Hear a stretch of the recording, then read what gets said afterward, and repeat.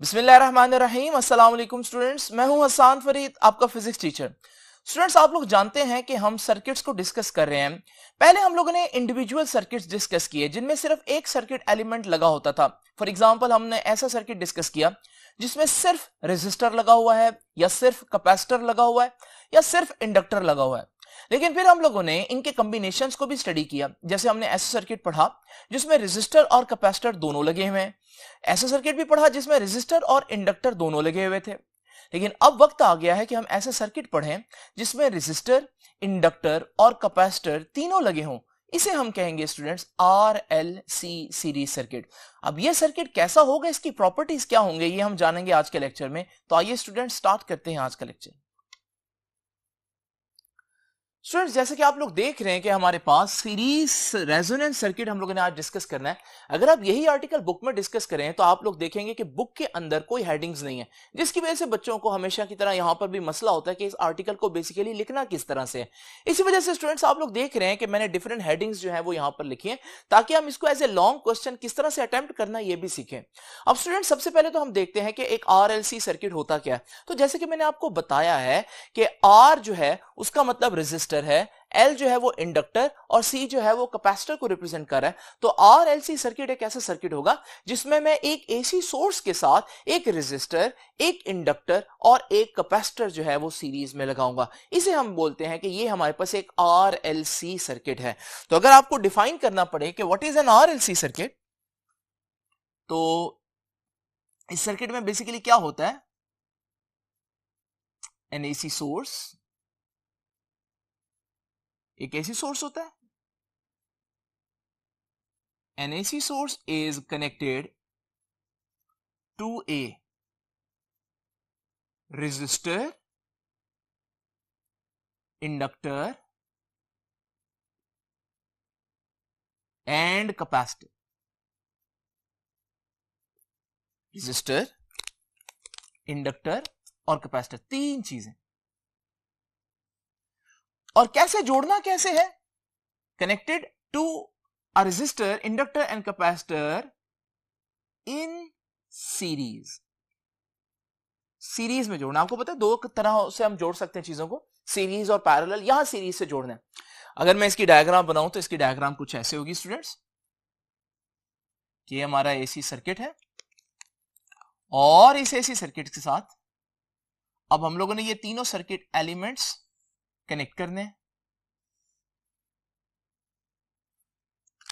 तो यहां पर मैं आपको एक रेजिस्टर कनेक्ट होता हुआ दिखा देता हूं, यहां पर एक कैपेसिटर तो उसका सिंबल, और यहां पर एक इंडक्टर और उसका सिंबल। आप लोग जानते हैं इस रेजिस्टर की रेजिस्टेंस R होगी, इस कैपेसिटर की कैपेसिटेंस C होगी और इस इंडक्टर की इंडक्टेंस जो है वो L होगी। तो ये है हमारे पास एक RLC सर्किट। लेकिन ये सीरीज सर्किट क्यों है? क्योंकि स्टूडेंट्स, अगर आप इस सर्किट को गौर से देखें, इस सर्किट को थोड़ी देर के लिए आप इस तरह से इस शेप में देखें, तो आप लोग देखेंगे कि जहां रेजिस्टर का एंड हो रहा है वहां से कैपेसिटर जो है वो कनेक्टेड है, और जहां कैपेसिटर का एंड हो रहा है वहां से इंडक्टर कनेक्टेड है। यानी ये एंड टू एंड कनेक्टेड है सारे सर्किट एलिमेंट्स, और इस तरह के कॉम्बिनेशन को हम सीरीज कॉम्बिनेशन कहते हैं। तो ये हमारे पास एक सीरीज कॉम्बिनेशन है। बच्चे ये कह सकते हैं कि सर ये तो देखें एक दूसरे के पैरेलल आ रहे हैं। नहीं स्टूडेंट्स, ये मैथमेटिक्स वाला पैरेलल नहीं है, बल्कि यहां पर सीरीज हम इसलिए बोल रहे हैं क्योंकि इन सब में एक जैसा करंट पास करेगा। करंट के पास कोई और ऑप्शन नहीं है, जो करंट यहां से निकलेगा वही रेजिस्टर में से, वही कैपेसिटर, वही इंडक्टर में से पास करेगा, क्योंकि करंट के पास कोई और रास्ता नहीं है। अब स्टूडेंट्स जरा तवज्जो से देखिए, आप लोग जानते हैं रेजिस्टर को हम पहले ही पढ़ते आ रहे हैं। रेजिस्टर का काम क्या है? करंट को अपोज करना। अगर मैं आपसे पूछूं इनका काम क्या है, तो आप बताएंगे कि इनका काम एनर्जी स्टोर करना है। कैपेसिटर एनर्जी स्टोर करता है in the form of electric field, और इंडक्टर भी एनर्जी स्टोर करता है in the form of magnetic field. इनको चैप्टर नंबर 12 और चैप्टर नंबर 14 में हम लोग पढ़कर आए। लेकिन यहां मैंने आपको एक एडिशनल बात बताई थी बिल्कुल स्टार्ट में, वो क्या है कि हमारे पास नो डाउट ये जो रेजिस्टेंस है इसका तो काम ऑपोजिशन देना ही है, और इसकी ऑपोजिशन को हम रेजिस्टेंस कहते हैं। जितना ये करंट को रोकता है उसे हम बोलते हैं रेजिस्टेंस, जिसे हम कैपिटल R से रिप्रेजेंट करते हैं। अब ये जो कैपेसिटर स्टूडेंट्स, ऑल्दो इसका असल काम एनर्जी स्टोर करना है, लेकिन ये भी ऑल्टरनेटिंग करंट को अपोज करने की एबिलिटी रखता है, ये भी करंट को रोकता है। ये जो करंट को ऑपोजिशन देगा ना, जो करंट को रोकने की कोशिश करेगा, उसको मैं रेजिस्टेंस नहीं कह सकता, वो तो सिर्फ रेजिस्टर का काम है। तो ये जो करंट को रोकेगा, जो ऑपोजिशन प्रोवाइड करेगा, उसको मैं कहूंगा कैपेसिटिव रिएक्टेंस, और उसको स्टूडेंट्स हम XC सिंबल देते हैं। और इसी तरह से इंडक्टर को अगर हम देखें तो इसका असल काम जो है वो एनर्जी स्टोर करना है in the form of magnetic field, लेकिन ये भी कुछ ना कुछ ऑपोजिशन दे सकता है ऑल्टरनेटिंग करंट को अपने मैग्नेटिक फील्ड्स की वजह से। ये जो ऑपोजिशन देगा करंट को, इसे हम बोलेंगे इंडक्टिव रिएक्टेंस, और इसका सिंबल है XL। यानी कि मैं कह सकता हूं कि इस वक्त हमारा जो पूरा सर्किट है, उसमें से गुजरने वाले करंट को एक नहीं बल्कि 3 सर्किट एलिमेंट्स अपोज करेंगे। एक ऑपोजिशन उसको रेजिस्टर ऑफर करेगा, जिसे हम रेजिस्टेंस कहेंगे। एक ऑपोजिशन जो है वो हमारे पास कैपेसिटर उसको ऑफर करेगा, जिसे हम कैपेसिटिव रिएक्टेंस यानी XC कहेंगे। और एक ऑपोजिशन इंडक्टर अपोज करेगा, ऑफर करेगा, जिसे हम इंडक्टिव रिएक्टेंस कहेंगे। मैं यूं भी कह सकता हूं कि हमारे पास बेसिकली 2 किस्म के ऑपोजिशंस हैं, रेजिस्टेंस और रिएक्टेंस। तो स्टूडेंट्स, ये तो हमारे पास इंडिविजुअल ऑपोजिशंस हो गई। आप सोच रहे होंगे कि टोटल कुल मिलाकर पूरी ऑपोजिशंस कितनी होंगी, तो वो स्टूडेंट्स कहलाती है इंपीडेंस। याद रखिएगा, क्योंकि तीनों सर्किट एलिमेंट्स लगे हुए हैं, तो तीनों सर्किट एलिमेंट्स जब मौजूद हों तो टोटल ऑपोजिशन, कंबाइंड ऑपोजिशन, जिसे हम क्या बोलते हैं, इंपीडेंस। याद रखिएगा, इंपीडेंस क्या होती है, इंपीडेंस होती है टोटल ऑपोजिशन। तो ये भी अपोज कर रहा है, ये भी अपोज कर रहा है, ये भी अपोज कर रहा है। अब इसका टोटल ऑपोजिशन का फॉर्मूला क्या होगा, R का स्क्वायर यानी रेजिस्टेंस का स्क्वायर प्लस XL और XC, वो जो दोनों रिएक्टेंस हैं, जो कैपेसिटर की ऑपोजिशन और जो इंडक्टर की ऑपोजिशन है, उसके डिफरेंस का स्क्वायर। अब स्टूडेंट्स, ये फॉर्मूला कहां से आया इसको अभी हम डिस्कस नहीं करेंगे, लेकिन इसको आप लोगों ने एज इट इज याद रखना है कि अगर हमारे पास तीनों सर्किट एलिमेंट्स मौजूद हो सर्किट के अंदर, तो फिर ऑपोजिशन टू द करंट जो है वो इनकी कंबाइंड ऑपोजिशन होगी। वो कंबाइंड ऑपोजिशन यानी कि इंपीडेंस का फॉर्मूला क्या होता है, रेजिस्टेंस का square plus difference of reactance का स्क्वायर। अब स्टूडेंट्स, यहां एक और बात बताता चलो, 3 किस्म की ऑपोजिशंस हैं, resistance, capacitive reactance, inductive reactance. Students, जो XC है इसका फॉर्मूला याद रखिएगा, इसका फॉर्मूला है 1/ωc, या ओमेगा की जगह हम लिख सकते हैं 2πfc। ये फॉर्मूला हम लोगों ने पहले पढ़ा हुआ है। इसी तरह से स्टूडेंट्स, जो XL है उसका फॉर्मूला है ωL, और ओमेगा की जगह 2πf अगर मैं लिख दूं तो 2πf और साथ आ जाएगा L। अब यहां नोट करने वाली बात क्या है स्टूडेंट्स, ये तीनों बातें बड़ी इंपॉर्टेंट है। नोट करने वाली बात यह है कि हमारे पास रेजिस्टेंस के फार्मूला में फ्रीक्वेंसी का ताल्लुक ही नहीं है, यानी कि मैं कह सकता हूं कि resistance is basically independent of frequency. Resistance frequency पर डिपेंड नहीं करती। और स्टूडेंट्स, यहां पर देखें, XC में फ्रीक्वेंसी आ रही है, और फ्रीक्वेंसी कहां आ रही है, डिनोमिनेटर में। इसका मतलब XC का फ्रीक्वेंसी से रिलेशन है, और कैसा रिलेशन है, इनवर्स रिलेशन है। तो मैं यहां पर इसको थोड़ी देर के लिए मिटाकर सिर्फ ये फैक्ट लिख देता हूं आप लोगों के लिए कि कैपेसिटर की जो ऑपोजिशन है वो उस करंट की फ्रीक्वेंसी के इनवर्सली प्रोपोर्शनल होती है। बिल्कुल इसी तरह से अगर आप देखें, XL में भी फ्रीक्वेंसी आ रही है, लेकिन फ्रीक्वेंसी न्यूमरेटर में है। इसका मतलब इसका ताल्लुक फ्रीक्वेंसी से डायरेक्ट है। तो मैं यहां पर यह लिख देता हूं कि हमारे पास XL is directly proportional to frequency. तो आपने देखा कि 3 ऑपोजिशंस हैं, और तीनों ऑपोजिशंस का जो फ्रीक्वेंसी के साथ रिलेशन है वो बिल्कुल डिफरेंट है। रेजिस्टेंस का फ्रीक्वेंसी के साथ रिलेशन ही नहीं है, XC का फ्रीक्वेंसी के साथ इनवर्स रिलेशन है, और XL का फ्रीक्वेंसी के साथ डायरेक्ट रिलेशन है। स्टूडेंट्स, इस सूरत में अगर मैं इनकी इंपीडेंस डायग्राम बनाऊं तो इनकी इंपीडेंस डायग्राम कुछ ऐसे होगी। देखिए, रेजिस्टेंस फ्रीक्वेंसी पर डिपेंड नहीं कर रही, इसको मैं रेजिस्टेंस को एक्स एक्सिस में ड्रॉ करूंगा, तो ये रेजिस्टेंस को एक्स एक्सिस में ड्रॉ कर लिया क्योंकि वो इंडिपेंडेंट ऑफ फ्रीक्वेंसी है। लेकिन अगर आप गौर से देखें, XC और XL बिल्कुल एक दूसरे के ऑपोजिट चल रहे हैं, वो फ्रीक्वेंसी के साथ इनवर्स और ये फ्रीक्वेंसी के साथ डायरेक्ट रिलेशन रखती है। इसका मतलब ये हुआ स्टूडेंट्स कि ये तो बिल्कुल एक दूसरे के ऑपोजिट कैरेक्टरिस्टिक्स रखती हैं। इस सूरत में क्योंकि एक्सएल और एक्ससी बिल्कुल एक दूसरे के ऑपोजिट होती हैं, तो मैं इनको कुछ इस तरह से बनाऊंगा। ये देखिए हमारे पास, इसको हम कह देते हैं एक्सएल और इसको हम कह देते हैं एक्ससी।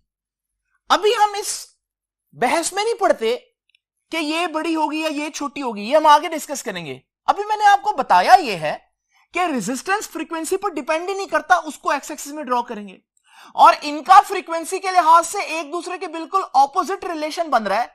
तो फिर मैं अगर एक्सएल को ऊपर बनाऊंगा तो एक्ससी को नीचे बनाऊंगा, क्योंकि हमने दिखाना है कि वो एक दूसरे के बिल्कुल ऑपोजिट है।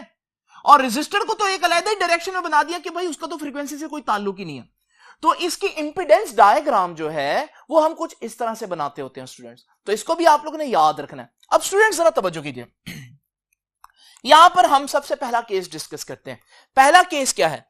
एट लो फ्रीक्वेंसी, अगर वो जो एसी सोर्स है मैं उसकी फ्रीक्वेंसी बहुत कम रखूं तो फिर क्या होगा? अब आप लोग जानते हैं लो फ्रीक्वेंसी मैंने बताया, तो हम लोग जानते हैं कि एट लो फ्रीक्वेंसी कम, और मैं बता चुका हूं अगर फ्रीक्वेंसी कम होगी तो इनवर्स रिलेशन, तो एक्ससी ज्यादा, और फ्रीक्वेंसी कम तो एक्सएल कम ही होगा क्योंकि डायरेक्ट रिलेशन है। तो आप लोग देख रहे हैं जब मैं बहुत कम फ्रीक्वेंसी रखूंगा तो फ्रीक्वेंसी कम होने की वजह से एक्ससी बहुत ज्यादा और एक्सएल बहुत कम होगा। तो यानी कि मैं कह सकता हूं at low frequency एक्ससी is greater than XL. Capacitor की ऑपोजिशन इंडक्टर की ऑपोजिशन से ज्यादा होगी लो फ्रीक्वेंसी पर, वो फार्मूला बता रहा है। अब स्टूडेंट्स इस सूरत में हम क्या कहेंगे कि हेंस कैपेसिटेंस डोमिनेट्स। याद रखिएगा, जिसकी ऑपोजिशन ज्यादा हो वो डोमिनेट कर जाता है। आप लोग जानते हैं ये एक दूसरे की जिद है, एक दूसरे के बिल्कुल ऑपोजिट चीजें हैं, और इसकी ऑपोजिशन ज्यादा है तो इसका मतलब ये इस पर डोमिनेट कर गया। यानी कि रेजिस्टर, कैपेसिटर और इंडक्टर तीन चीजें थी ना, इसका तो मसला ही नहीं ना, उसका तो फ्रीक्वेंसी से ताल्लुक ही नहीं, मसला इन दोनों का है। जो आपस में कंपटीशन है वो इन दोनों का है, और इस वक्त इस कंपटीशन में कौन जीता? एक्ससी। तो कैपेसिटर जीत गया, इसलिए हम कहते हैं कि कैपेसिटेंस डोमिनेट कर गई है इस सूरत हाल में। ठीक है, 2 पॉइंट हो गए। तीसरा पॉइंट क्या है? इस सूरत हाल में मैं क्या नतीजा निकालूंगा? Hence at low frequency and RLC circuit, RLC circuit है ना हमारा, circuit behaves like an RC circuit. देखिए स्टूडेंट्स, बड़ी इंपॉर्टेंट बात है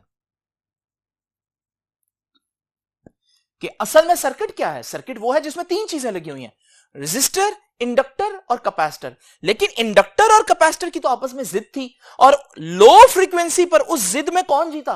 कैपेसिटेंस डोमिनेट कर गई, और कैपेसिटेंस डोमिनेट कर गई तो इन दोनों में से कैपेसिटेंस जीत गई, तो रेजिस्टेंस से तो वैसे ही रहना है, लेकिन एल और सी में से सी जीत गया, तो है ये आरएलसी सर्किट।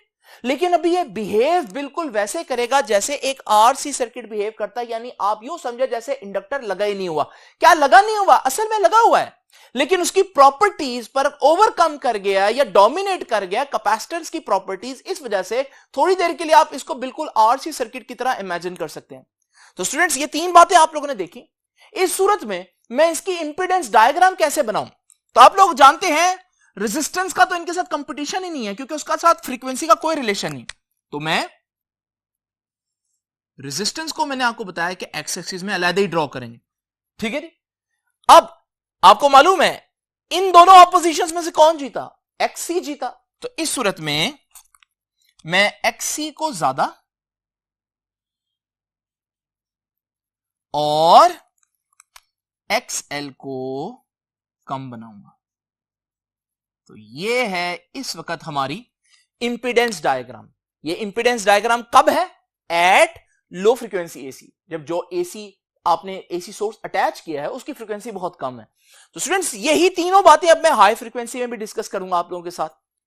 देखिए high frequency AC, high frequency AC क्या है? अगर वो जो एसी सोर्स है उसकी पोलैरिटी बड़ी तेजी से चेंज हो, प्लस माइनस आपस में बड़ी तेजी से चेंज हो, इसे हम बोलते हैं ये हाई फ्रीक्वेंसी एसी है। अगर हाई फ्रीक्वेंसी एसी हो तो फिर क्या होगा? अब देखो फ्रीक्वेंसी मैंने कर दी ज्यादा, रूल तो वही है।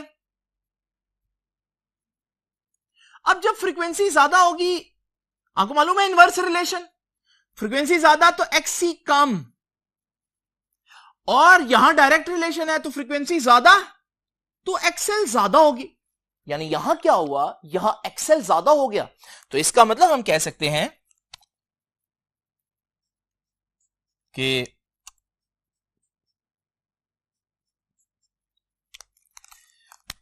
at high frequency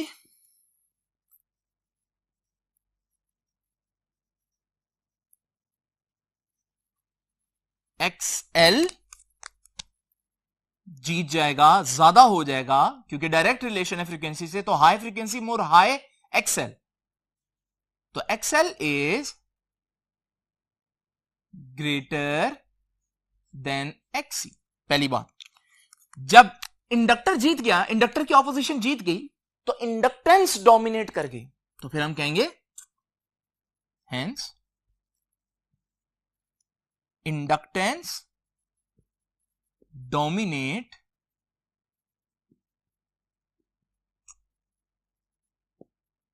ठीक है। अब इंडक्टेंस डोमिनेट कर गई, असल में सर्किट क्या था? RLC circuit. तो hence at high frequency an RLC circuit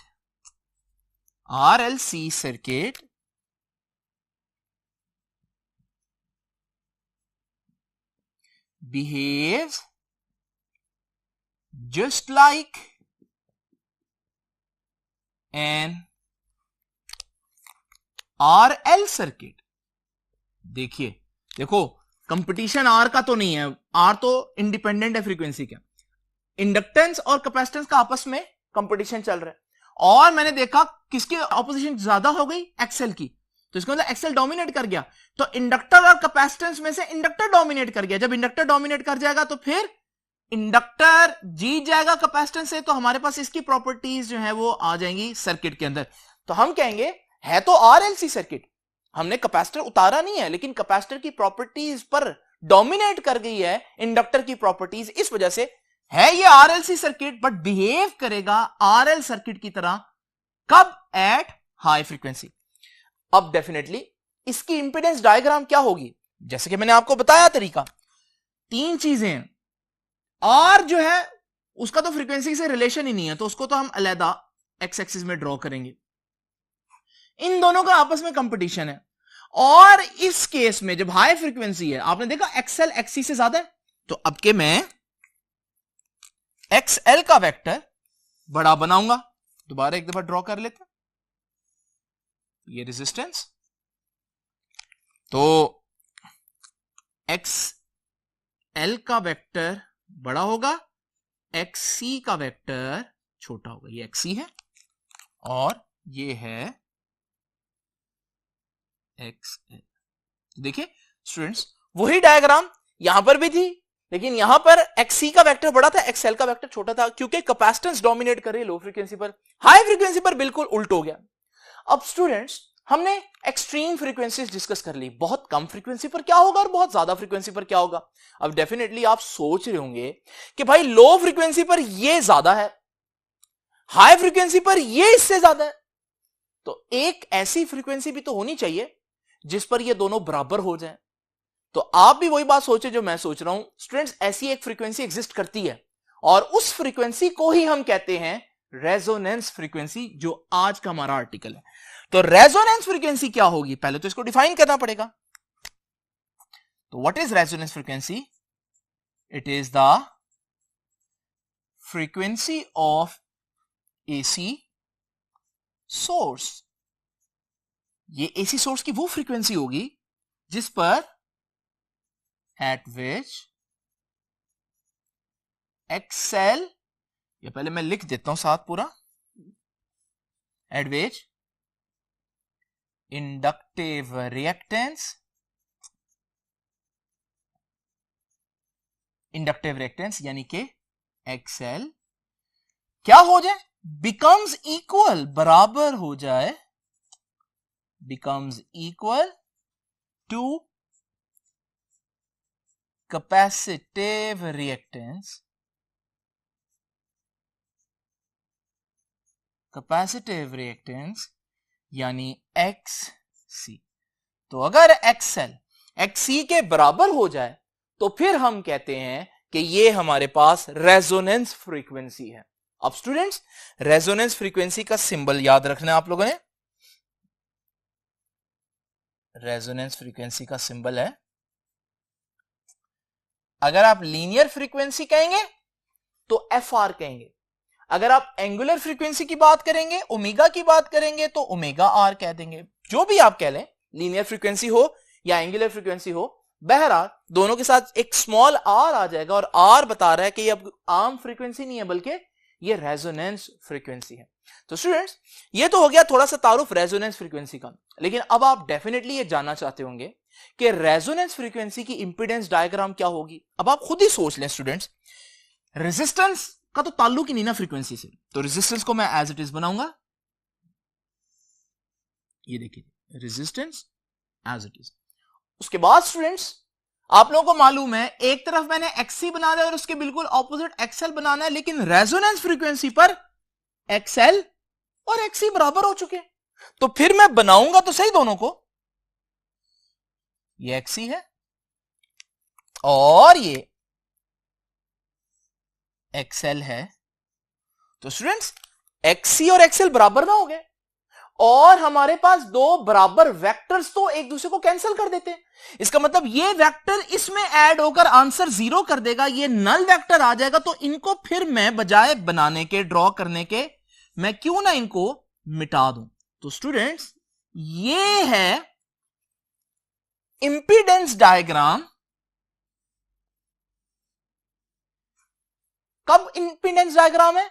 जब हमारा जो सर्किट है उसको हम रेजोनेंस फ्रीक्वेंसी वाला एसी देंगे, यानी कि रेजोनेंस आरएलसी सर्किट में जो डायग्राम होगी इंपीडेंस की वो ये है, यानी वो दो वेक्टर्स जो पहले तो मौजूद थे लेकिन अब वो मौजूद नहीं है। यहां से एक और बात भी मैं कह सकता हूं, और वो क्या है कि एट रेजोनेंस फ्रीक्वेंसी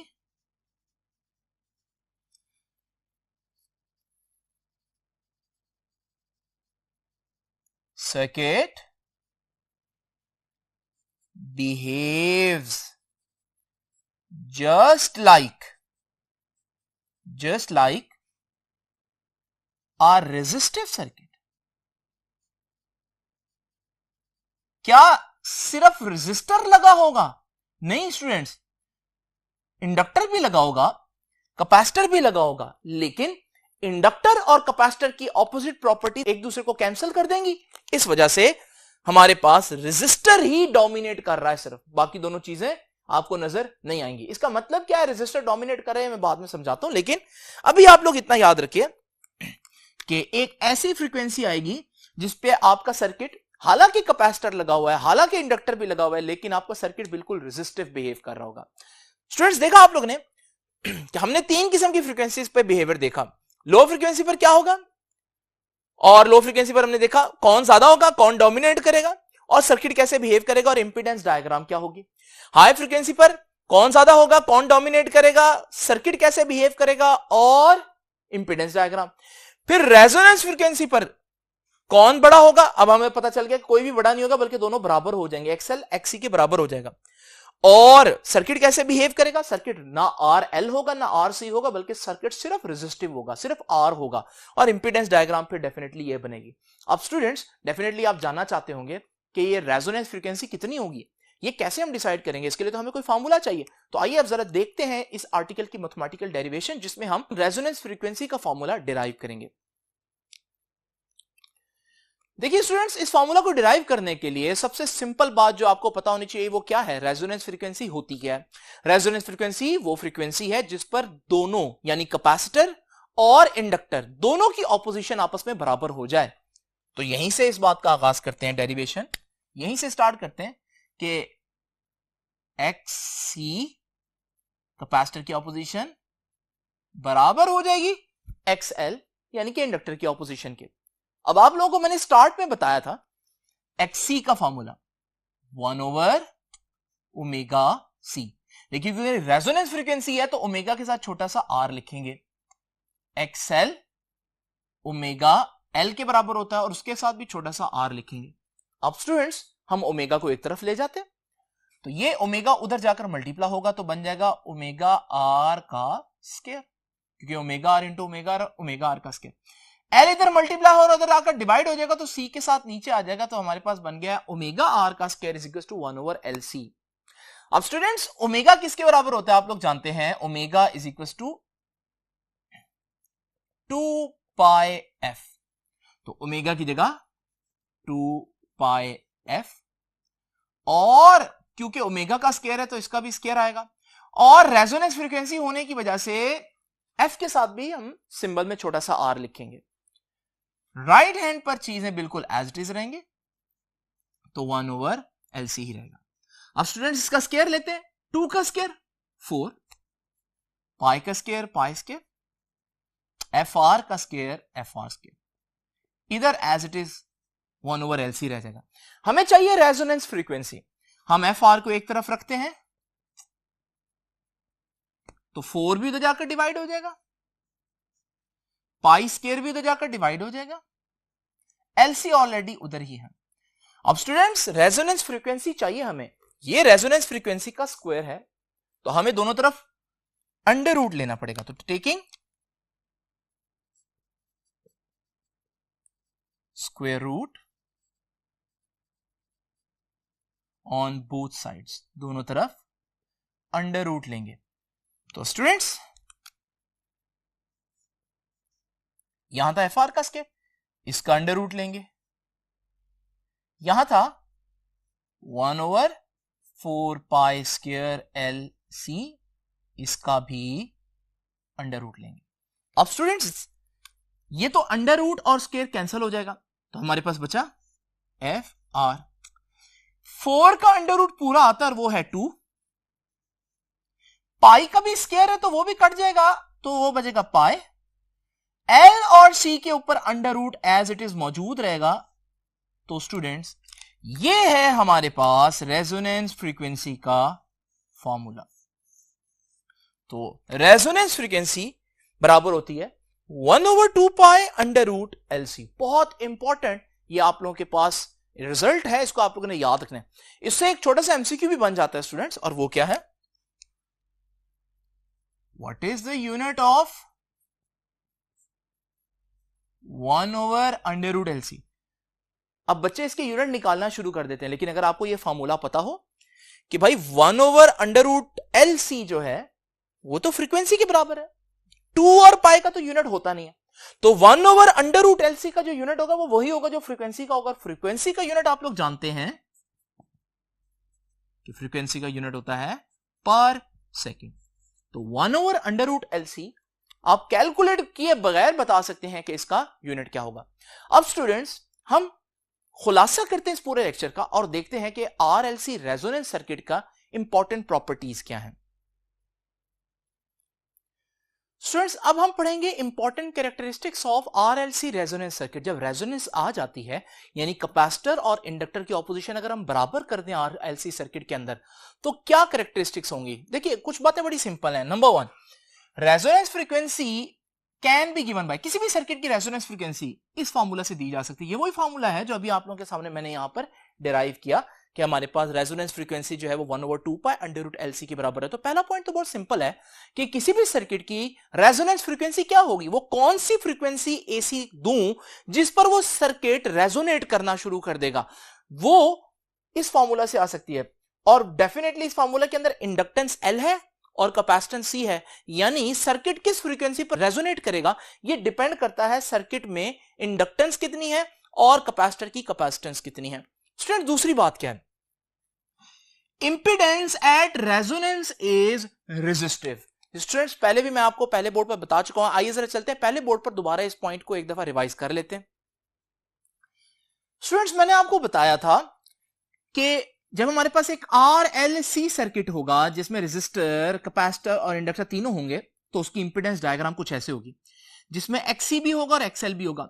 लेकिन रेजोनेंस फ्रीक्वेंसी पर XC और XL बराबर हो गए थे। जब ये बराबर हो जाएंगे तो मैं इनको मिटा सकता हूं क्योंकि ऑपोजिट वेक्टर कैंसिल कर देंगे, तो फिर मेरे पास सिर्फ क्या रह जाएगा, रेजिस्टर का ही वेक्टर रह जाएगा जो कि मैंने बनाया था।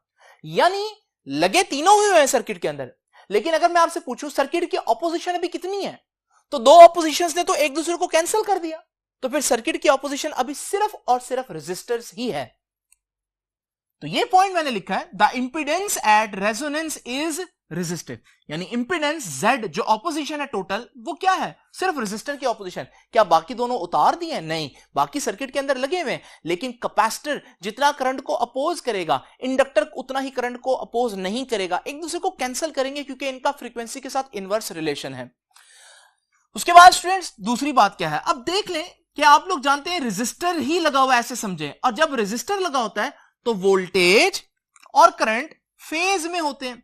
फेज में होने का क्या मतलब है, फेज में होने का मतलब है कि वोल्टेज और करंट का ग्राफ जो है वो कुछ इस तरह से होता है। वोल्टेज और करंट एक ही पॉइंट पर जीरो होते हैं एक साथ, वोल्टेज और करंट जो है वो एक साथ बढ़ते हैं, एक साथ मैक्सिमम होते हैं, एक साथ कम होते हैं, फिर एक साथ जीरो हो जाते हैं। इसे हम बोलते हैं कि दोनों वेव्स एक दूसरे के साथ फेज में हैं। ऐसा कब होता है, ऐसा सिर्फ रेजिस्टर के केस में होता है। यहां तो इंडक्टर भी है कैपेसिटर भी है, लेकिन इंडक्टर और कैपेसिटर रेजोनेंस पर एक दूसरे को कैंसिल कर रहे हैं, तो फिर हमारे पास आप यूं समझे सिर्फ रेजिस्टर ही है। और जब सिर्फ रेजिस्टर हो किसी सर्किट में तो फिर ऑल्टरनेटिंग वोल्टेज और ऑल्टरनेटिंग करंट एक दूसरे के साथ फेज में होते हैं। तो ये आप लोग देख सकते हैं कि फेज में होंगे। इसको हम यूं भी कह सकते हैं कि फेज डिफरेंस जीरो होगा, कोई फेज डिफरेंस नहीं होगा, 0 डिग्री होगा। इसी से निकलता है नेक्स्ट पॉइंट। नेक्स्ट पॉइंट है पावर फैक्टर के बारे में। अगर आप लोग नहीं जानते पावर फैक्टर, मैं आपको बता चुका हूं, पावर फैक्टर होता है कॉस थीटा। जो कॉस थीटा होता है इसको पावर फैक्टर कहते हैं। अब थीटा तो कितना है, मैंने बताया दोनों वेव्स बिल्कुल इन फेज हैं, यानी कि उनके दरमियान फेज डिफरेंस 0 है, तो यहां थीटा की जगह 0 पुट करता हूं।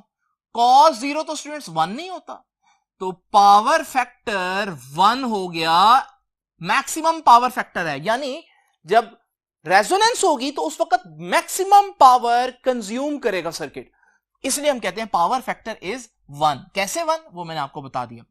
अब स्टूडेंट्स अगली बात, एट रेजोनेंस, जब रेजोनेंस आ जाएगी इंपीडेंस मिनिमम होगी, यानी इंपीडेंस कंबाइंड ऑपोजिशन, आपको मालूम है ना कंबाइंड ऑपोजिशन असल में क्या थी, R का square plus XL minus XC का स्क्वायर। असल में यह है फॉर्मूला अगर हमारे पास तीनों सर्किट एलिमेंट्स मौजूद हों। लेकिन हम लोगों ने देखा एट रेजोनेंस XL और XC तो बराबर होते हैं, और जब XL और XC बराबर होंगे तो माइनस होकर आंसर, ये स्क्वायर बाहर आएगा, ठीक है जी, माइनस होकर आंसर तो स्टूडेंट 0 नहीं हो जाएगा। और आप लोग जानते हैं 0 का स्क्वायर भी 0 ही होता है, और 0 के ऐड होने से कोई फर्क नहीं होता, तो वो पूरी की पूरी टर्म ही गायब होगी। और फिर आप लोग जानते हैं कि R का स्क्वायर अंडर रूट से कैंसिल हो जाएगा। जब ये इससे कैंसिल होगा तो हमारे पास सिर्फ ZR के बराबर आ जाएगा। ये तो ऊपर वाला पॉइंट ही है, लेकिन यहां एक्स्ट्रा बात क्या पता चली कि आपकी सर्किट की जो इंपीडेंस है वो मिनिमम हो चुकी है, क्योंकि दो ऑपोजिशन प्रोवाइड करने वाले एलिमेंट सिरे से आप यूं समझ लें कि कैंसिल हो रहे हैं। तो इस वक्त सर्किट कम से कम ऑपोजिशन देगा, क्योंकि 3 में से तो 2 वैसे ही कैंसिल हो गए। अब जब सर्किट कम से कम ऑपोजिशन देगा रेजोनेंस पर, तो इसका इफेक्ट क्या होगा। स्टूडेंट जरा इमेजिन करें कि मेरे पास एक एसी सोर्स है और इस एसी सोर्स से एक रेजिस्टर, कैपेसिटर और इंडक्टर जो है वो अटैच है। इनकी ऑपोजिशंस को मैं R, XC और XL से रिप्रेजेंट करूंगा। अब जरा स्टूडेंट्स इमेजिन करें इस वक्त ये तीनों ऑपोजिशन दे रहे हैं। XC की ऑपोजिशन सपोज करें 10 ओम्स है और XL की ऑपोजिशन जो है वो 7 ओम्स है।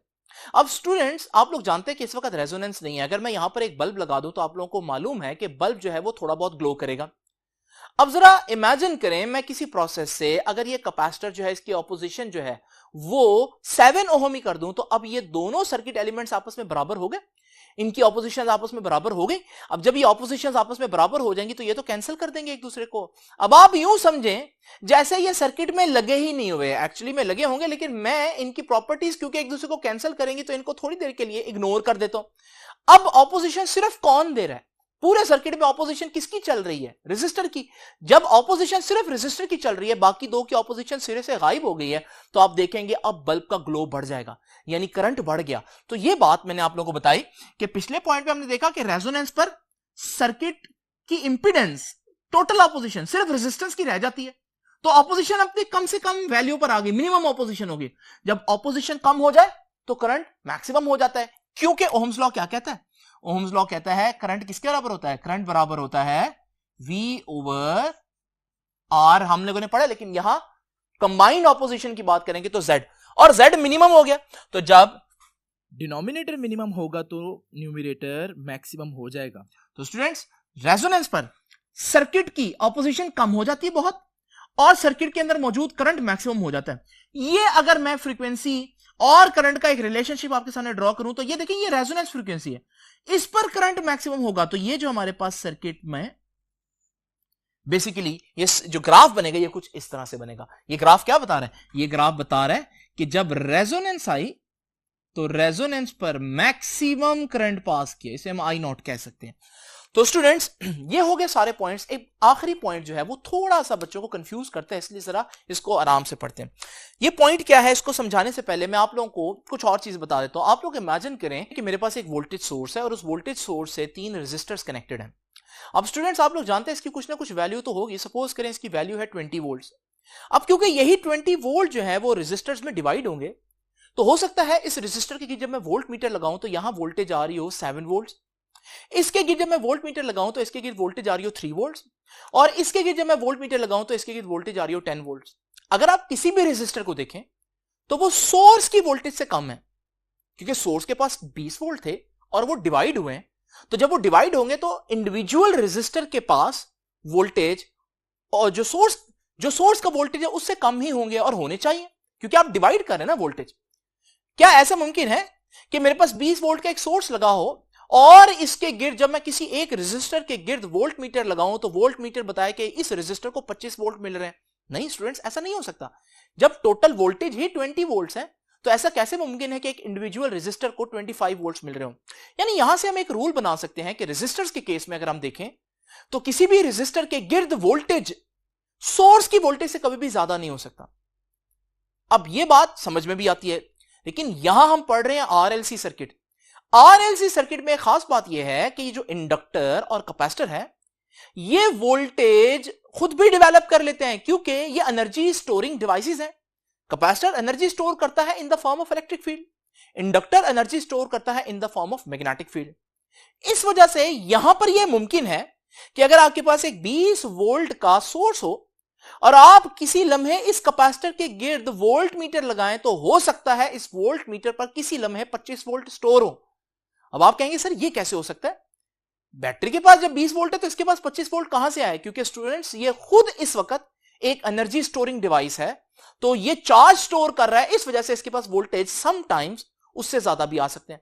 बिल्कुल यही मामला जो है वो इंडक्टर के केस में भी हो सकता है कि उसके ऊपर जो वोल्टेज है वो सोर्स की वोल्टेज से ज्यादा हो सकते हैं। हमेशा नहीं, लेकिन ऐसा हो सकता है और आपने परेशान नहीं होना। तो students at resonance the voltage drop across inductor, inductor के अक्रॉस जो वोल्टेज है उसे VL कह रहे हैं, end voltage drop across capacitor, capacitor के अक्रॉस जो वोल्टेज है VC में भी हो सकता है much larger than the source voltage, कि सोर्स की वोल्टेज से भी उनके पास वोल्टेज ज्यादा हो। तो पहले ये बात हमें अजीब सी लगती थी, लेकिन अब हमें क्योंकि पता चल गया ये खुद एनर्जी स्टोरिंग डिवाइसेस हैं, तो वाकई इन पर वोल्टेज जो है वो सोर्स की वोल्टेज से भी ज्यादा हो सकती है। स्टूडेंट्स ये था हमारा आज का लेक्चर। आई होप कि ये रेजोनेंस का लेक्चर जो आपको समझ में आएगा और आपको ये भी पता चला होगा कि आरएलसी रेजोनेंस सीरीज सर्किट को किस तरह से लॉन्ग क्वेश्चन आ जाए तो अटेम्प्ट करना है। तो आपसे अब इंशाल्लाह मुलाकात होगी नेक्स्ट लेक्चर में, तब तक के लिए अल्लाह हाफिज।